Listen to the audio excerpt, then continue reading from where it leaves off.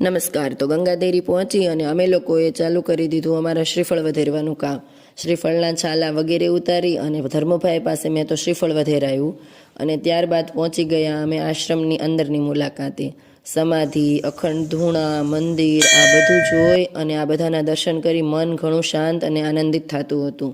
ત્યાં રહેલા સંતના પણ આશીર્વાદ લેવાથી કેમ ચૂકાઈ જવાય, તો અમે તેમના પણ આશીર્વાદ લીધા. અને બસ બાળકોને તો આટલું જ જોતું હતું કે ત્યાં રહેલું ગાડું ખેંચવાનું, એકબીજાને બેસાડવાના.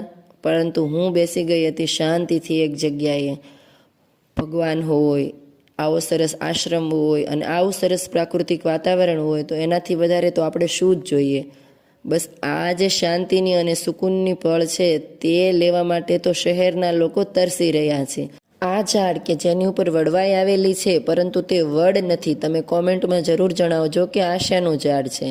ત્યારબાદ બાળકોએ તો અલગ અલગ રીતે હિંચકા બાંધી અને નવી નવી સ્ટાઇલમાં હિંચકા ખાવાનું ચાલુ કરી દીધું.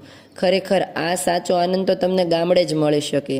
ત્યારબાદ અમે ઘરે જવાનું ચાલુ કર્યું અને રસ્તામાં આવતા આ કટિયા બોરની ભરમાર અમારું મન લલચાવી ગઈ અને અમે પણ થોડા ઘણા કટિયા બોર તોડ્યા અને તેના સ્વાદનો આનંદ માણ્યો.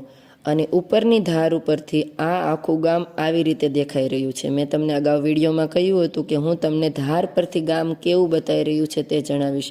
મંદિર, ઘરની છત જાણે એવું લાગી રહ્યું હતું કે એકદમ નીચે આવી ગઈ.